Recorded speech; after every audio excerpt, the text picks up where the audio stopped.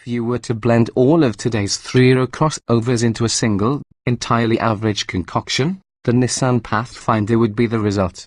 Although its nameplate evokes its off-road heritage, the original Pathfinder was a tough, truck-based four-wheel drive sport utility vehicle. The current model is a pleasant enough family bus with 7 seats and a comfortable ride but few rugged pretensions.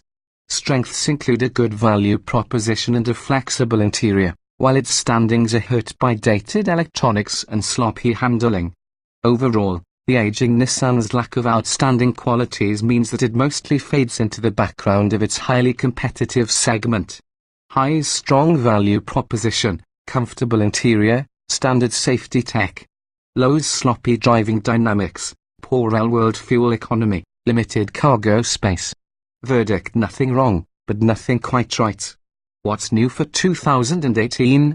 Following a styling refresh for 2017, the Pathfinder's changes for 2018 amount to some new standard and optional features.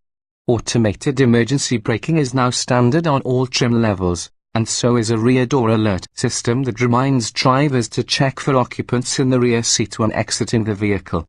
4 additional USB ports are included for a total of 6.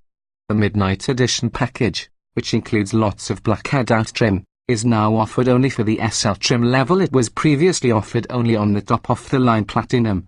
Trims and options we'd choose. Nissan packs plenty of value into the Pathfinder's lower-level models, with even the base S being fairly well equipped.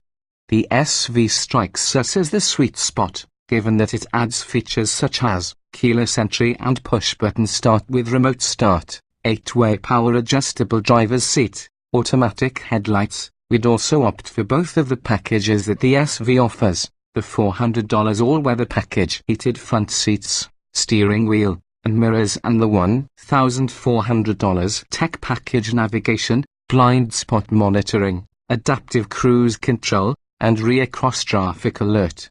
Our front-wheel drive Pathfinder SV stickers at $36,505, and all-wheel drive is another $1,690 if you desire it.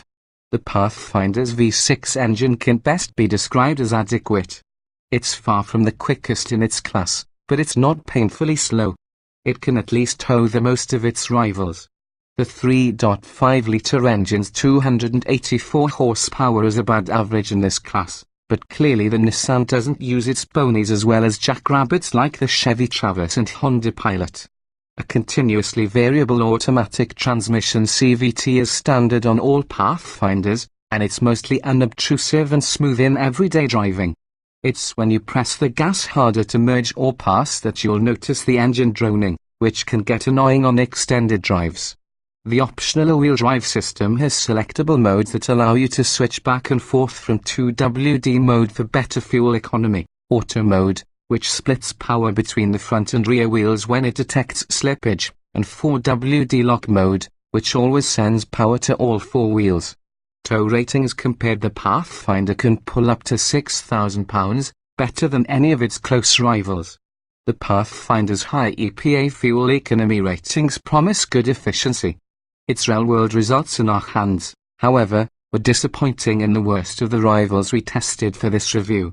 Based on the EPA's metrics, both front and all-wheel drive versions of the Pathfinder sit near the top of the class. Only the Mazda CX-9 with its turbocharged 4-cylinder beats the Nissan in a few categories. The Nissan's MPG sacrifice for all-wheel drive is also small, with only a 1 mile per gallon penalty all around. But EPA numbers don't always play out in the real world, as our testing proves. We've devised our own fuel economy test in an attempt to replicate how most people drive on the highway. Our procedure entails a 200-mile out and back loop on Michigan's I-94 highway. We maintain a GPS-verified 75 miles per hour and use the cruise control as much as possible to mimic the way many drivers behave during long trips.